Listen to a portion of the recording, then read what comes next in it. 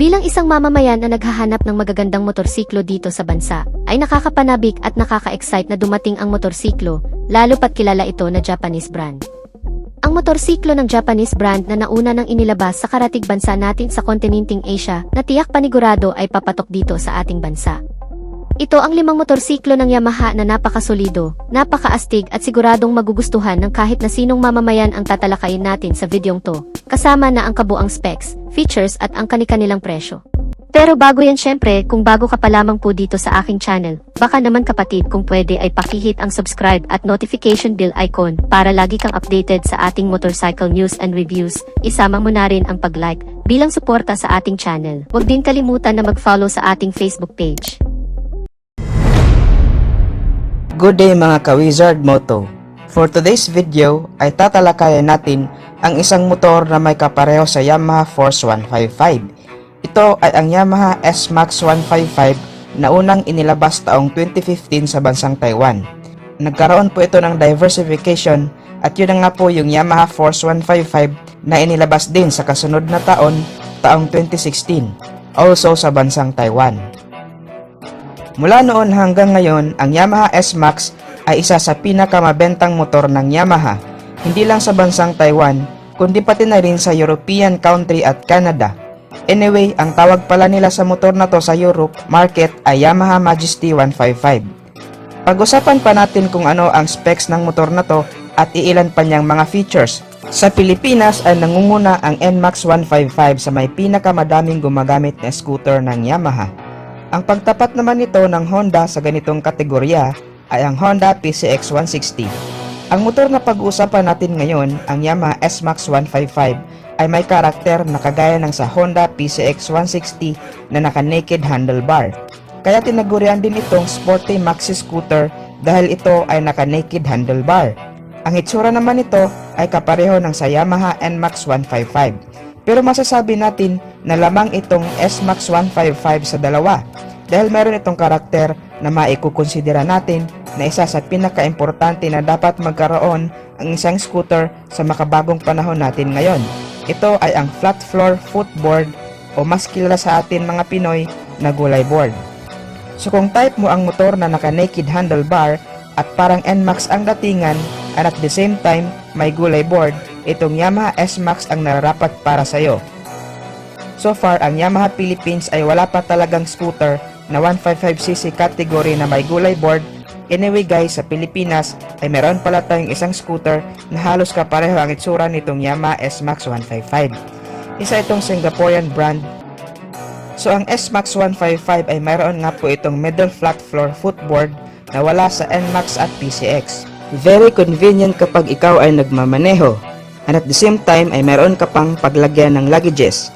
Isa din sa kagandahan ng motor na to ay ang kanyang suspension dahil naka-monoshock na po ang suspension niya sa likuran, which means na mas sporty talaga siyang tingnan compare sa PCX at NMAX. Very smooth ang kanyang suspension response pagdating sa malulubak na daan. Naka full LED na rin ang kanyang headlight, position light, daytime running light at tail light. Mayroon din itong mini compartment sa harap na pwedeng paglagyan ng gamit like wallet, pamunas, tubig at iba pa. Nakapaloob din sa mini side compartment ang 12 volts charging port para sa ating cellphone na alam naman nating sa panahon ngayon ay very useful talaga ang ganitong features. Lalong-lalo na sa atin mga delivery riders na kaakibat na ang cellphone sa kanilang trabaho. Kahiliran naman ito ang kanyang susian at ang kanyang fuel access, kagaya ng sa Yamaha Gravis na nasa harapan na ang kanyang fuel access. Speaking of fuel, ay mayroon itong fuel tank capacity na 7.4 liters. Average fuel consumption ay 37 km per liter. Pagdating naman sa underseat compartment ng motor na to, ay meron itong wide underseat compartment na kasya ang full face helmet at may extra space pa para lagyan ng jacket, gloves, documents at kung ano-ano pa. Meron din itong split type rear grab bar para hawakan ng ating pillion rider. When it comes naman sa kanyang braking system ay very updated na talaga dahil bukod sa naka-disc brake na ang kanyang harap at likod ay mayroon na din itong ABS o anti-lock braking system both sa harap at likod. Ipiprevent po nito ang pagka-lock ng brake kung may biglaang pagpreno na maaaring magresulta sa pagkadulas at pagkadisgrasya.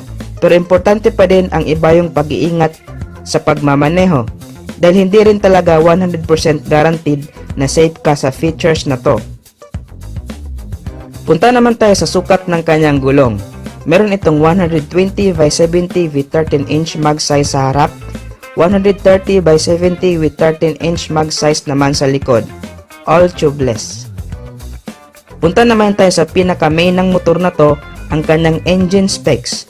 Of course, meron itong 155 cubic centimeter engine displacement, 4-stroke, 4 valves, single overhead cam, single cylinder, fuel injected, liquid cooled at ang kanyang transmission type ay CVT. Starting system ay electric start at wala po itong kickstart.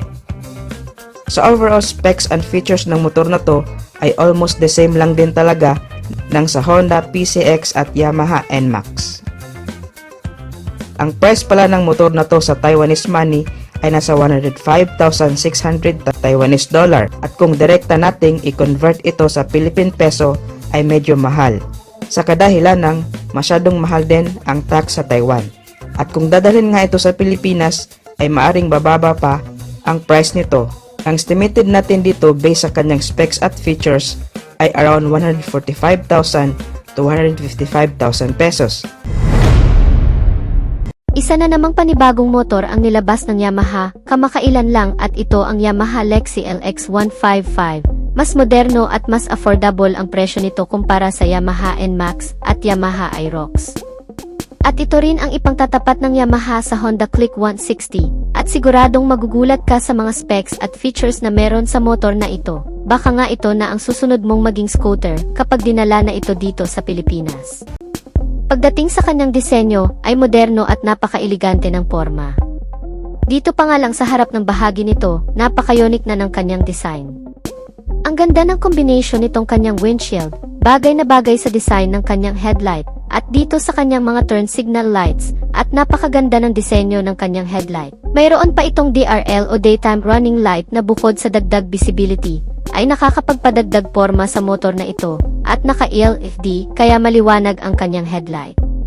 At yung kanyang mga turn signal lights, nandito ito sa itaas kaya kitang-kita ka kapag kakaliwa o kakanan, at meron na rin itong hazard lights. Anyway, ang kanyang mga turn signal lights ay naka-bulb type pa rin at bagay na bagay yung design ng kanyang windshield. Para itong pinaliit na Yamaha NMAX, mas simple ito pero maxi-scooter pa rin ang kanyang datingan. Pagdating naman dito sa kanyang tail light, medyo maliit ito, pero naka-LED na rin yan kaya maliwanag siya. Nasa loob na yung kanyang mga turn signal lights, compact yung kanyang design at kagaya ng sabi ko kanina, mayroon itong built-in hazard lights, very useful yan kapag ka nakahinto ka lang, lalo na sa alanganing lugar. At napakaganda ng design ng kanyang instrument cluster, parang pinagsamang Yamaha Aerox at Yamaha NMAX ang kanyang design, kung makikita mo ay very modern talaga. Fully digital display kaya madaling maintindihan ang kanyang mga indicator, at magkahiwalay pa yung kanyang mga turn signal lights indicator. Kaya hindi ka malilito at pwede mo na ring i-connect ang cellphone mo dito, dahil meron itong Yamaha Way Connect na kung saan ay makikita mo dyan sa panel mo kung may tumatawag or may nagte-text sa'yo. At makikita mo naman sa cellphone mo ang buong status ng motor mo, kung merong bang sira o merong kailangang palitan, mas madali mo siyang makikita. Anyway, itong bagong Yamaha Lexi LX155 ay merong dalawang variation, isang keyless at isang desusi. Itong naka-keyless system ay meron siyang anti-lock braking system. Very convenient ito, dahil meron na itong built-in charging port, pwede kang mag-charge ng cellphone mo dito. Very useful ito, kung gagamitin mo ang motor mo pang hanap buhay. Speaking of hanap buhay, perfect na perfect pang hanap buhay ang motor na ito. Dahil naka-flat footboard ito, kaya kung marami kang dala-dala kung delivery rider ka, ay hindi ka mahihirapang maglagay ng mga gamit sa harapan mo. Like mga parcel at kung ano-ano pa, dahil meron siyang space na pwedeng paglagyan dito sa harapan. So pinagsamang panghanap buhay at pangporma ang design nitong Yamaha Lexi LX155. Kapansin-pansin din na malapad ang kanyang footboard. Medyo ma-extend mo siya ng konti, pero hindi ito kagaya ng Yamaha NMAX na matutuwid mo ang paa mo. Pagdating naman sa engine nito, the same lang din naman sa Yamaha NMAX at Yamaha Aerox. Meron itong 155 cubic capacity na engine displacement, liquid cooled, single overhead cam, 4 valves. Naka-fuel injected na ito at power by Blue Core technology. At syempre meron din itong variable valve actuation. Ang compression ratio nito ay nasa 11.6:1. At ang kanyang maximum power ay 11.3 kW at 8,000 revolution per minute, with a maximum torque of 14.2 Nm of peak torque at 6,500 revolution per minute. Mas lightweight na rin pala ang scooter na ito dahil 116 kilos lang yung standard version at 118 kilos naman yung anti-lock braking system na version.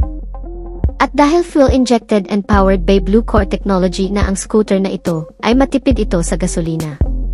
Kumokonsumo lang ito ng 45 to 50 km per liter. Medyo maliit nga lang din ang kanyang fuel tank capacity na meron lamang 4.2 liters, parang pang 125 cubic capacity lang, at nandito lang din yung kanyang fuel tank sa ilalim ng kanyang upuan, kaya medyo nakompromiso yung space ng kanyang underseat compartment. Mayroon lang itong 18 liters, medyo maliit lang talaga at hindi dyan kasya ang isang full face helmet, pero makakapaglagay ka na rin ng mga importanteng gamit mo dito. Maganda yung design ng kanyang upuan, malapad ito, kaya komportable ka rin sa mahabang biyahe, at ang seat height naman nito ay 770mm lang kaya perfect na perfect talaga sa may mga average na height. Pagdating naman sa mga gulong nito, ang sukat ng kanyang gulong sa harapan ay 90 by 90 by 14, sa likod naman ay 100 by 90 by 14. Sa braking system naman ay naka-disc brake sa harapan at naka-drum brake sa likuran.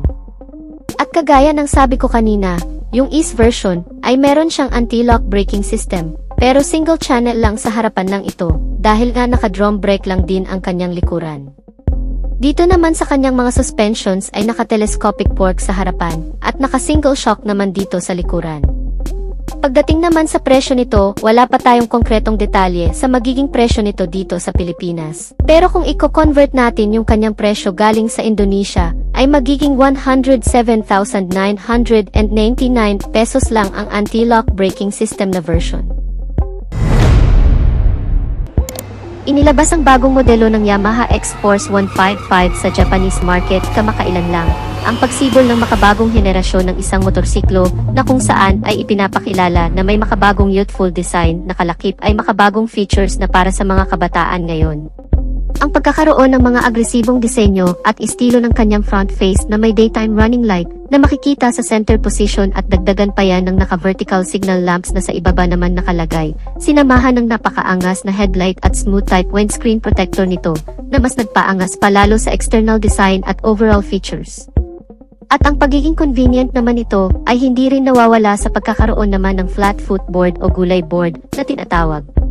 Unlike kasi sa ibang unit ng Yamaha, tulad na lamang ng Yamaha Aerox, Yamaha NMAX na may central spine na lagayan ng gasolina, so ang kagandahan naman ng motorsiklong ito ay magkakaroon ka pa ng space na pwedeng paglagyan ng mga gamit o bagay na hindi nakasya sa kanyang compartment storage, at samahan pa yan ng comfortable seats platform na may makapal na foam na parang nakaka-relax namang tingnan.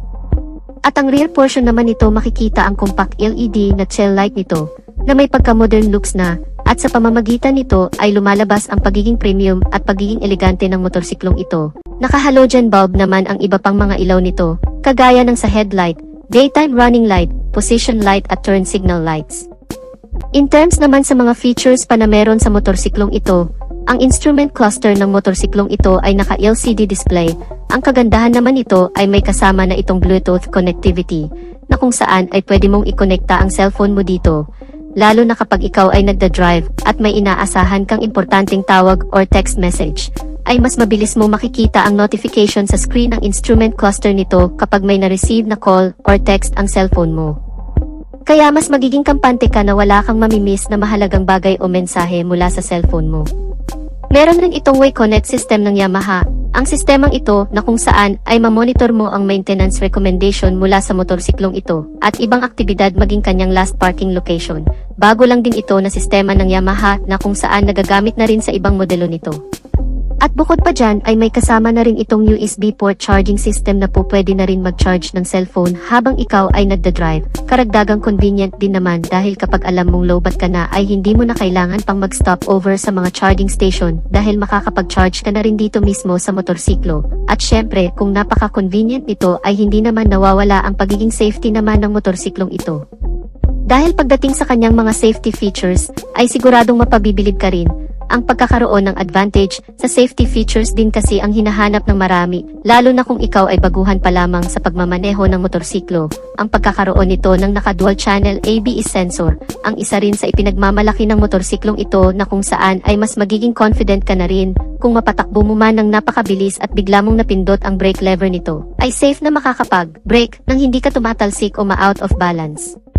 At hindi lang yun, isa pang karagdagang sa safety features nito ay ang traction control system naman. Tama po kayo nang naririnig, ang motorsiklong ito ay equipped na din sa makabagong safety features na ito, na kung saan ay magagamit mo naman sa mga kurbadang kalsada, madudulas at matubig na lugar, o kaya naman sa malulubak, dahil sa pamamagitan nito ay may iwasan ang pagkadulas o pagkasemplang dahil binabalansin ito ang ikot ng dalawang gulong sa harap at sa likod. Kaya mas magiging panatag ka pa habang ikaw ay naglulong ride. At speaking sa long ride mga kaibigan, ay talagang mapapakinabangan mo rin dahil ang motorsiklong ito pagdating sa kanyang makina ay powered by 155 cubic centimeter na displacement capacity with single cylinder, naka 4-stroke with single overhead cam, at naka 4 valves na rin ang buong makina nito na mas tumatagal naman sa napakahabang biyahe dahil ang cooling system nito ay naka liquid cool type na. At syempre, hindi pa rin mawawala ang Blue Core technology at ang VVA o Variable Valve Actuation na kung saan ay pinapaganda pa lalo ang takbo ng makina at mas pinapatipid na rin ang pagkonsumo sa gas.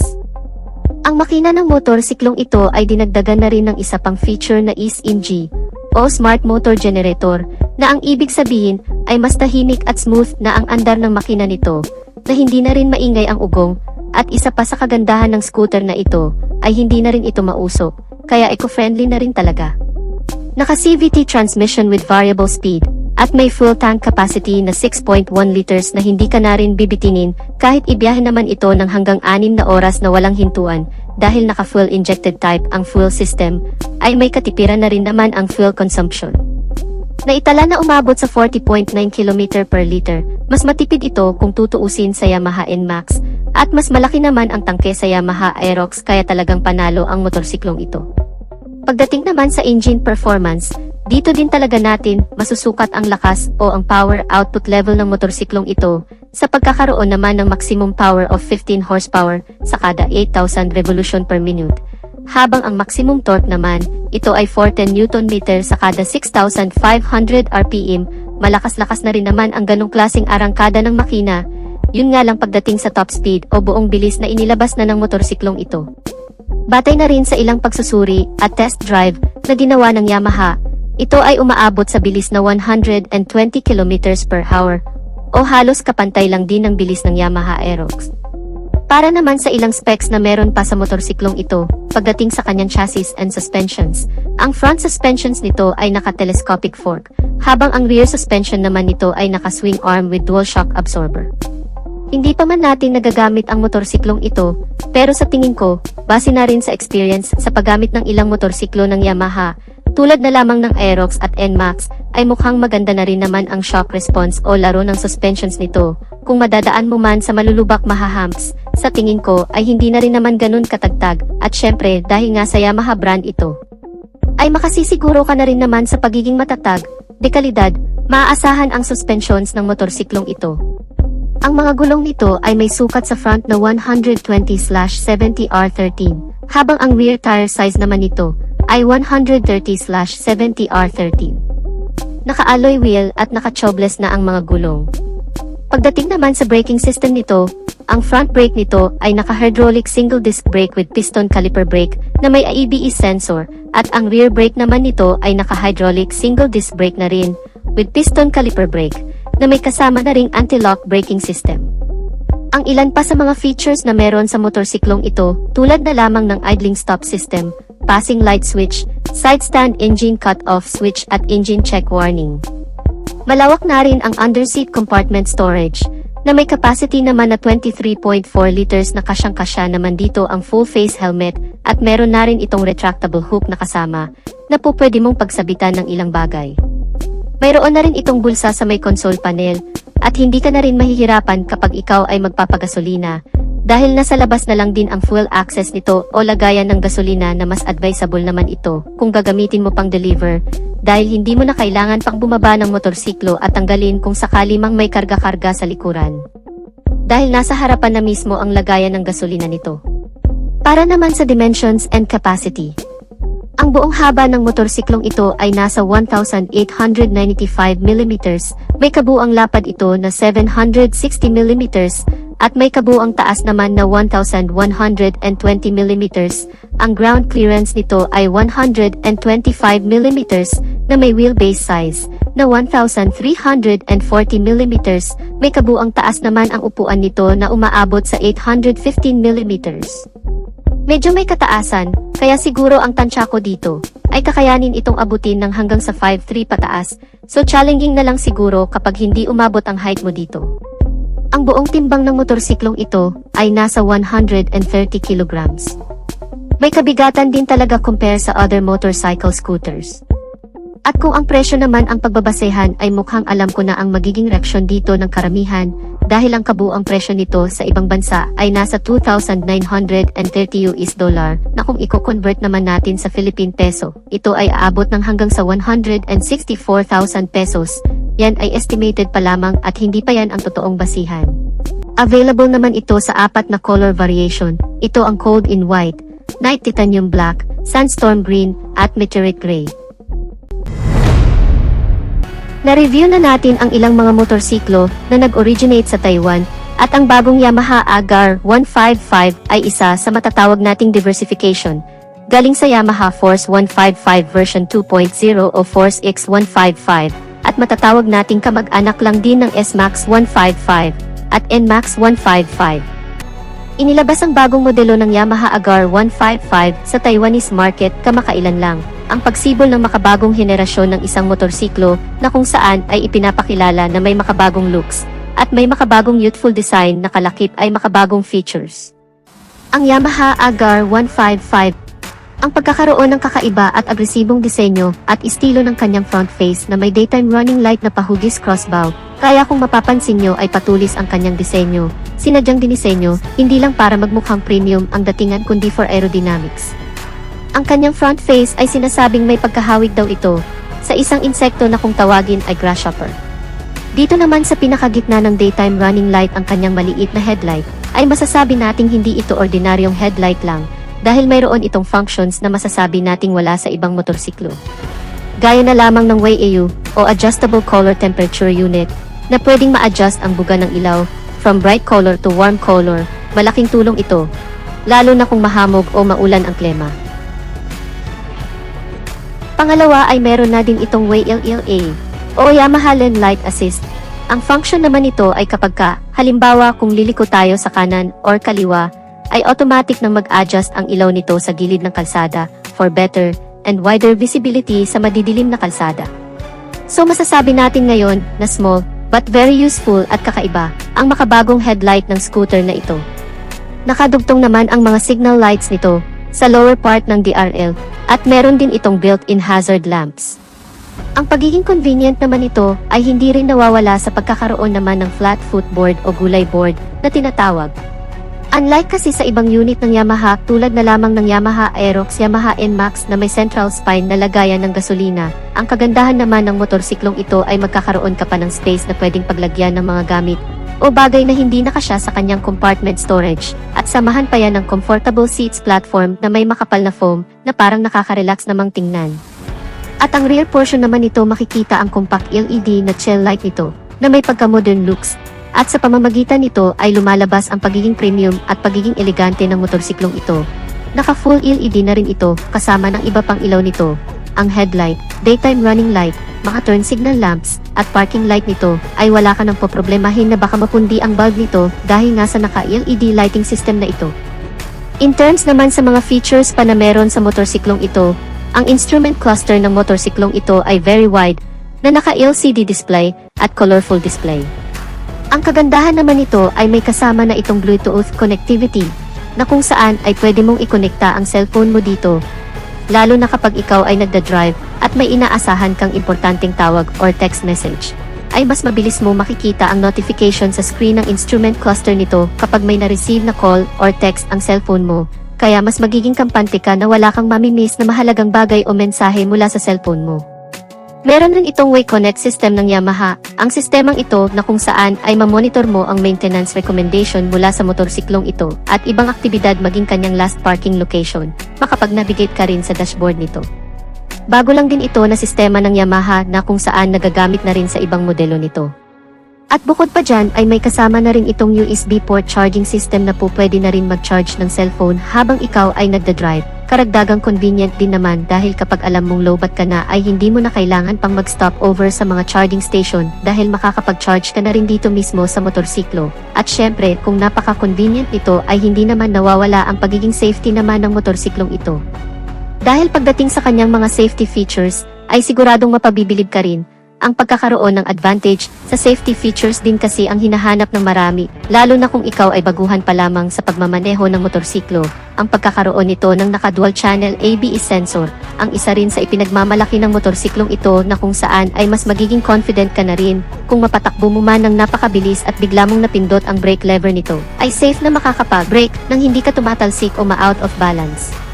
At hindi lang yun, isa pang karagdagang sa safety features nito ay ang traction control system naman. Tama po kayo nang naririnig, ang motorsiklong ito ay equipped na din sa makabagong safety features na ito, na kung saan ay magagamit mo naman sa mga kurbadang kalsada, madudulas at matubig na lugar, o kaya naman sa malulubak. Dahil sa pamamagitan nito, ay may iwasan ang pagkadulas o pagkasemplang dahil binabalansin ito ang ikot ng dalawang gulong sa harap at sa likod. Kaya mas magiging panatag ka pa habang ikaw ay naglulong ride. At speaking sa long ride mga kaibigan, ay talagang mapapakinabangan mo rin dahil ang motorsiklong ito pagdating sa kanyang makina ay powered by 155 cubic centimeter na displacement capacity with single cylinder, naka 4-stroke with single overhead cam, at naka 4 valves na rin ang buong makina nito na mas tumatagal naman sa napakahabang biyahe dahil ang cooling system nito ay naka liquid cool type na. At syempre, hindi pa rin mawawala ang Blue Core technology at ang VVA o Variable Valve Actuation na kung saan ay pinapaganda pa lalo ang takbo ng makina at mas pinapatipid na rin ang pagkonsumo sa gas. Ang makina ng motorsiklong ito ay dinagdagan na rin ng isa pang feature na SMG o Smart Motor Generator na ang ibig sabihin ay mas tahimik at smooth na ang andar ng makina nito na hindi na rin maingay ang ugong at isa pa sa kagandahan ng scooter na ito ay hindi na rin ito mausok kaya eco-friendly na rin talaga. Naka CVT transmission with variable speed at may full tank capacity na 6.1 liters na hindi ka na rin bibitinin kahit ibiyahe naman ito ng hanggang 6 na oras na walang hintuan dahil naka full injected type ang fuel system ay may katipiran na rin naman ang fuel consumption. Naitala na umabot sa 43 to 45 km per liter, mas matipid ito kung tutuusin sa Yamaha NMAX at mas malaki naman ang tangke sa Yamaha Aerox kaya talagang panalo ang motorsiklong ito. Pagdating naman sa engine performance, dito din talaga natin masusukat ang lakas o ang power output level ng motorsiklong ito sa pagkakaroon naman ng maximum power of 14 horsepower sa kada 8,000 revolution per minute, habang ang maximum torque naman ay 13.7 Nm sa kada 6,500 RPM. Malakas-lakas na rin naman ang ganong klaseng arangkada ng makina. Para naman sa ilang specs na meron pa sa motorsiklong ito, pagdating sa kanyang chassis and suspensions, ang front suspensions nito ay naka-telescopic fork, habang ang rear suspension naman nito ay naka-swing arm with dual shock absorber.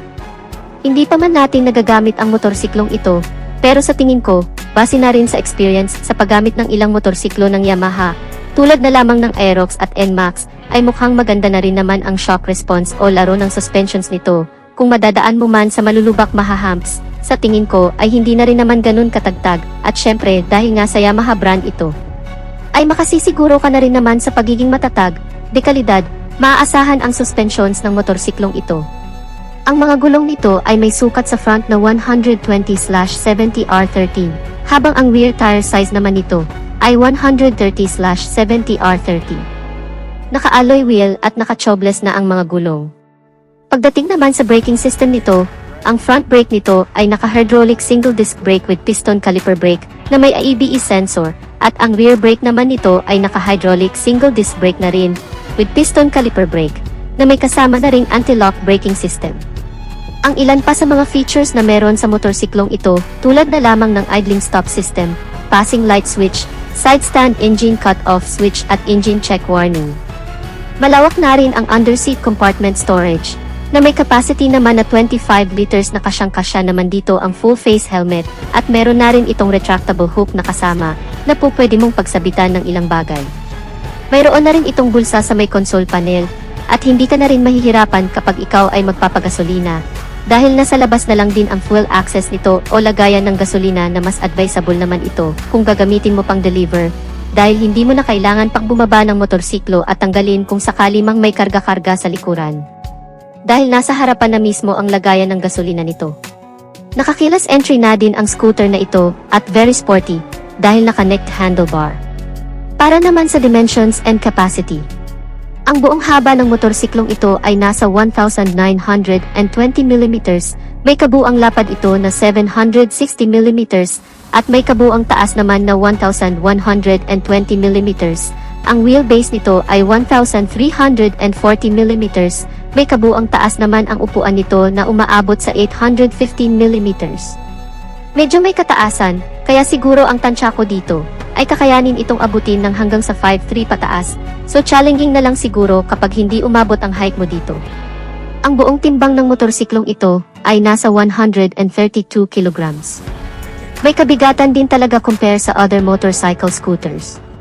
At kung ang presyo naman ang pagbabasehan ay mukhang alam ko na ang magiging reaksyon dito ng karamihan, dahil ang kabuang presyo nito sa ibang bansa ay nasa 118,000 Taiwanese dollar, na kung i-convert naman natin sa Philippine peso, ito ay aabot ng hanggang sa 212,842 pesos. Yan ay estimated pa lamang at hindi pa yan ang totoong basihan.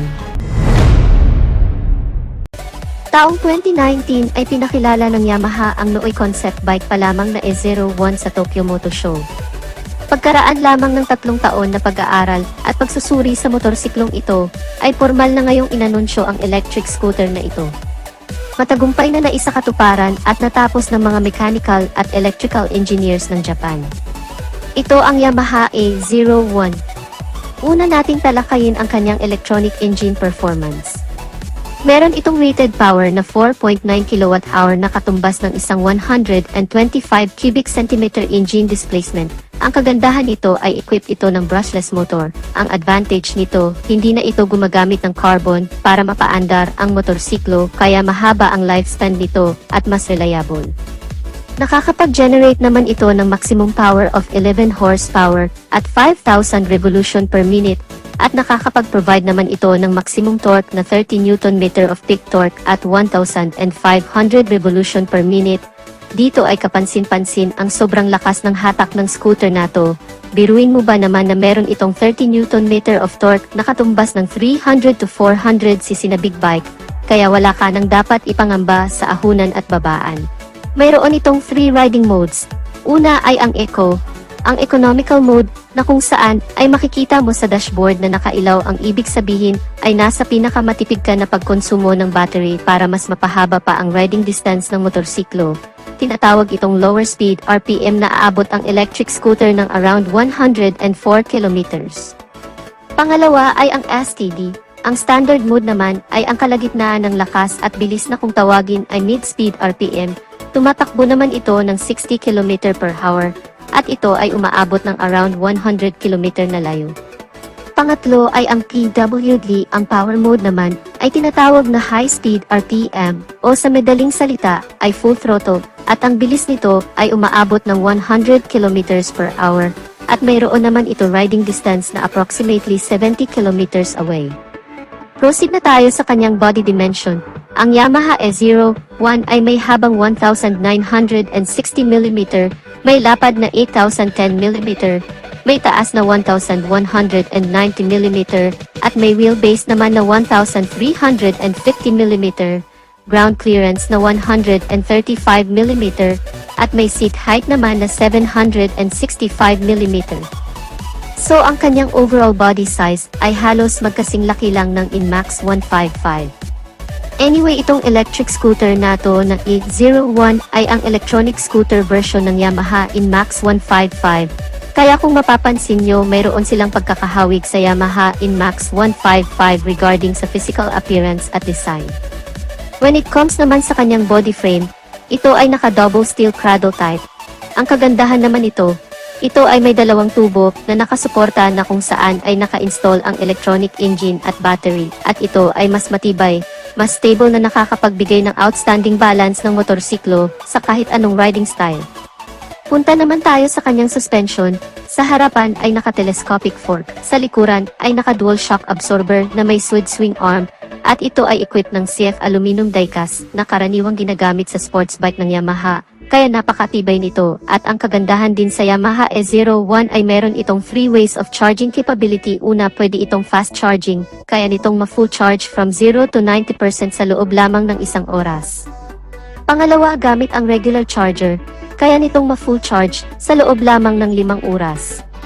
Pangatlo ay portable charger. Ang kagandahan naman nito, kapag may pupuntahan ka, ay pwede mo itong dalhin kahit saan dahil ito ang magsisilbing power bank ng motorsiklo, at ang operating time naman gamit ang portable charger ay mas mahaba bago ito ma-full charge dahil umaabot ito ng 14 hours bago tuluyang ma-full ang battery. Mapunta naman tayo sa braking system. May 230mm hydraulic single piston single disc sa harapan, 200mm hydraulic single piston single disc naman sa likuran. At ang kagandahan pa nito ay equipped with dual channel ABS anti-lock braking system na nagbibigay ng smooth braking system, at tinitiyak nito ang kaligtasan ng rider kahit sa biglaang preno.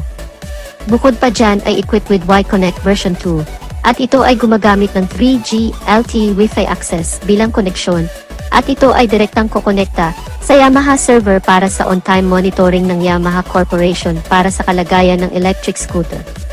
Ito naman ang makikita ng rider kapag nakakonect sa Wi-Fi gamit ang mobile phone gaya ng sumusunod: last parking location, driving distance, electronic engine damage notification, battery status ng electric scooter at remaining charging time ng battery, at marami pang iba. Pag-usapan naman natin ang sukat ng kanyang gulong. May 110/70-13 sa harap, 130/70-13 naman sa likod, all tubeless. Equipped rin ng TCS o traction control system ang motor nato na siyang nagpapanatili ng stable na pagtakbo ng motorsiklo. Pagdating sa cornering sa madudulas na kalsada ay very safe ito, dahil itinutugma nito ang pag-ikot ng mga wheels na naaayon sa bilis ng takbo ng motorsiklo para maiwasan ang pag-overlaps ng mga gulong nito. Talagang nakakamangha ang electric scooter nato, dahil lahat na ng magagandang features ay nandirito na, kaya sulit talaga ang Yamaha E01. Pagdating naman sa starting system, ito ay naka-electric start. Mayroon naman itong 23 liters of under-seat compartment na nakadesign para sa kanyang portable charger, para sa long ride situation, at kung mamamalingki ka naman ay pwede mo na tong iwanan sa bahay. Meron na rin itong built-in USB charging port sa harapan na kung saan ay pwede mong i-charge ang iba't ibang klase ng gadgets gaya ng cellphone. Pagdating naman ng additional safety features, ang electric scooter na ito ay equipped with smart keyless system na kung saan ay remote na lang ang ginagamit upang i-operate, kaya very safe laban sa magnanakaw at komportable kang hindi mananakaw. Ang kagandahan pa nito, ito ay equipped with belt drive transmission na nakakapagbigay ng less noise at smooth riding conditions. Pagdating naman sa instrument panel, ay naka-fully digital dashboard, at dito ay makikita mo lahat ng importanteng impormasyon gaya ng trip meter, tachometer, odometer, TCS, clock at marami pang iba. Ang electric scooter nato ay may top speed na 100 km per hour, at may kabuang bigat naman ito na 158 kilograms. At ang panghuli, ang price tag ng bagong Yamaha E01 ay nagkakahalaga around 175,000 pesos, converted na sa Philippine money. Take note, ito ay base lamang sa conversion at pwede pa itong tumaas o bumaba, depende sa value-added tax na idadagdag o ibabawas. So that's it mga ka-Wizard Moto, ang 5 astig na motorsiklo na galing sa hanay ng Yamaha na tiyak pananabikang makarating dito sa bansa, ang 5 scooter na pambato at pang-compete ng Yamaha sa iba pang motorcycle brand. Maasahan at subok na sa kalidad, ang brand na matagal ang pinagkakatiwalaan ng mga mamamayan. Kung bigyan lang sana tayo ng pagkakataong dalhin ito sa Pilipinas, ay tiyak papatok ito dito sa ating bansa. So dito na natin tatapusin ang ating video mga ka-Wizard Moto. Leave the comment kung ano ang masasabi mo sa 5 motorsiklo na tinalakay natin. At kung bago ka pa lang din sa ating channel, huwag kalimutang mag-subscribe. Pakihit na rin ang notification bell at like button. Maraming salamat, ride safe and may God bless us all.